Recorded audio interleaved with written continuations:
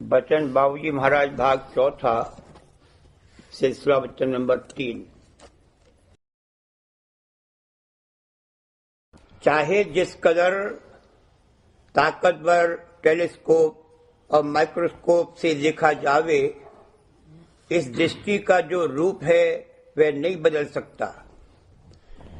इसी तरह से और ज्ञान इंद्रियों का हाल है। यहां सिर्फ सतह का ज्ञान होता है, अंतर का हाल नहीं मालूम होता है। अगर एक्सरे के औजार से भी देखा जाए, जिसमें रोशनी की किरणें किसी चीज के अंदर से गुजर कर आती हैं, तो भी सतह ही का ज्ञान होता है।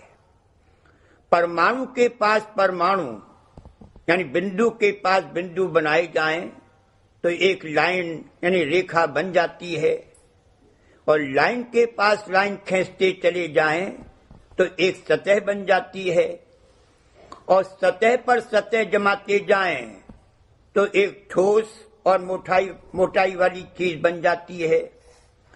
छोटे से छोटा परमाणु, जिसको इलेक्ट्रॉन या इयान कहते हैं, उसको छूती हुई रोशनी आवे और हम किसी औजार की मदद से देखें तो भी उस परमाणु की सतह ही तो देखते हैं।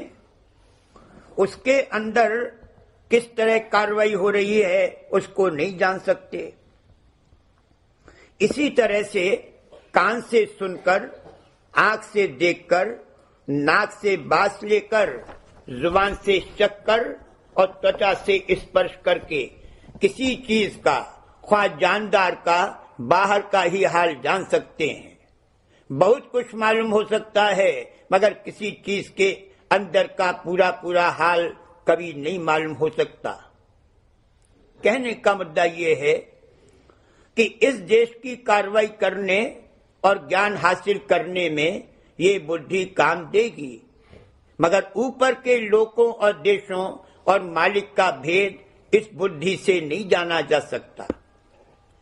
ये अंधेर है और अंधविश्वास है कि जहां इंसान की गति नहीं है, वहां का हाल यहां बैठा बैठा अनुमान किया करे और खुदा की खुदाई पर भी फैसला लिख दे।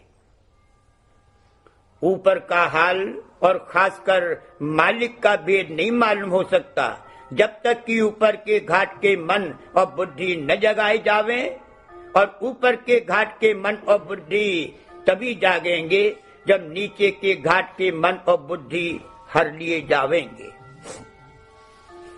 इसी तरह से अगर सच्चे मालिक के देश में, ख्वाह इस देश से ऊपर के देश में जाना है, तो इस देश को छोड़ना पड़ेगा। बगैर इस देश को छोड़े हुए सत्य सुख का सत्य देश कदापि नहीं प्राप्त हो सकता।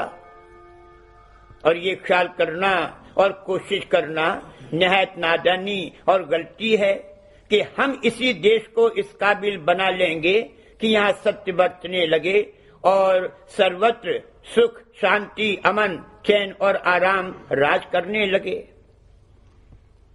इतने के लिए तो इंसान की कोशिश काम देगी कि लड़ाई झगड़ा, जुर्म ज्यादती वगैरह इस कदर न बढ़ जावे कि यहाँ जीवन ही मुश्किल हो जावे। मगर ये उम्मीद करना कि यहाँ से असत्य और बुराई को बिल्कुल निकाल दें, गलती है। यह देश तो सत्य असत्य और भलाई बुराई की मिलोनी का है। एक कम से कम पैमाना है कि उतना झूठ और असत्य और बुराई यहाँ रहनी चाहिए, वास्ते इसके कि ये पृथ्वी कायम रहे।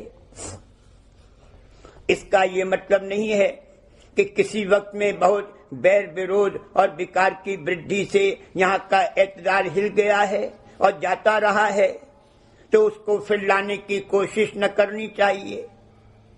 उसके करने की जरूरत है, मगर उसकी हैसियत क्या है उसको समझ लेना चाहिए।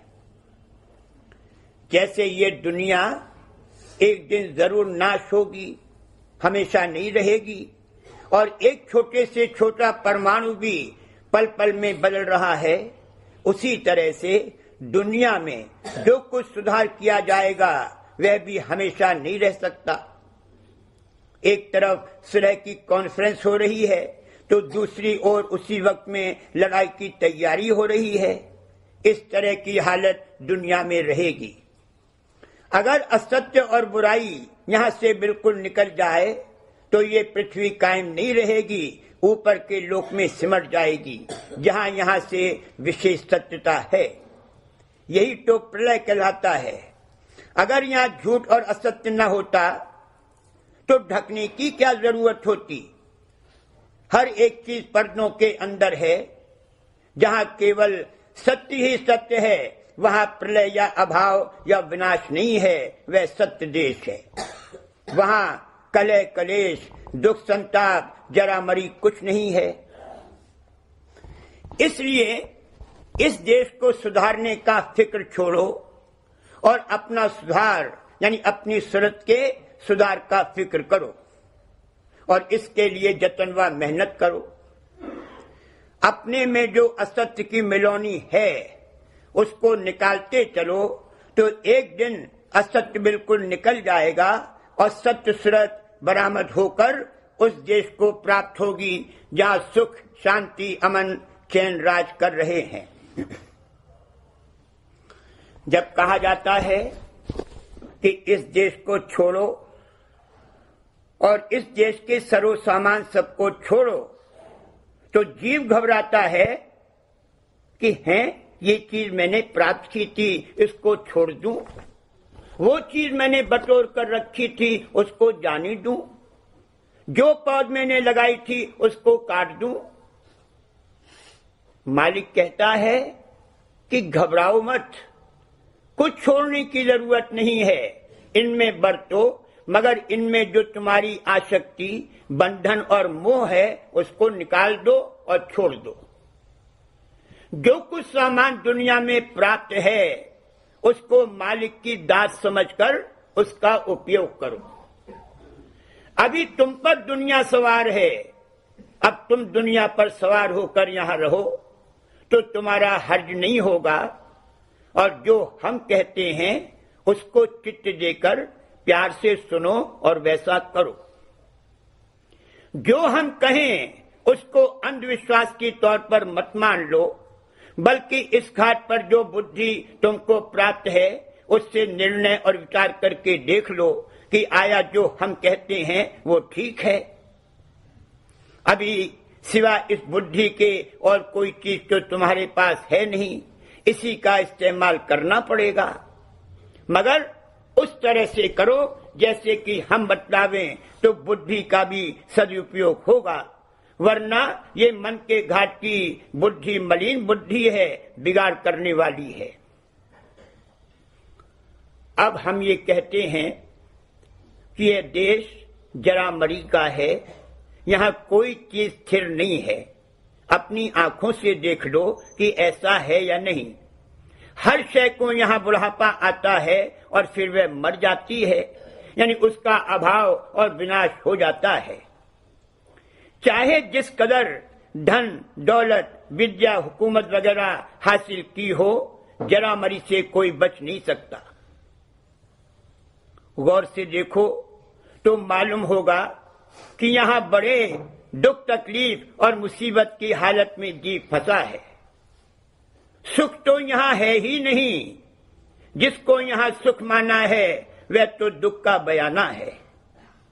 क्योंकि यहाँ कोई चीज स्थिर नहीं है, इसलिए जिस चीज के मिलने में जो सुख लिया है उसके वियोग में उतना ही दुख होगा और वियोग तो होवेगा ही। इसलिए तुम चेतो और होशियार हो और जिस मखमसे में गिरफ्तार हो उससे छूटने का जतन करो। 5 तत्व और 5 दूत यही मखमसा है। अपनी असलियत को हासिल करने में मेहनत करो। अगर तुमको इस देश से सच्ची उदासीनता, नाउम्मीदी और बैराग पैदा हुआ हो तो अब हम तुमको बतलाते हैं कि अंतर में जो सत्य धार आ रही है उसको पकड़कर चलो तो तुम अपने अंशी सत्य पुरुष राधा स्वामी तक पहुंच सकते हो। सिवा इसके कोई उपाय नहीं है। चाहे मानो चाहे न मानो, तुम्हारे भले के वास्ते कहा है। तुम यहाँ वास्ते तमाशा देखने के भेजे गए थे। तुम बहुत तमाशा देख चुके और कर चुके। अब तुम इस तमाशे को छोड़ो, अपने निज घर की सुध लो, वहां चलने का जतन करो और चलो।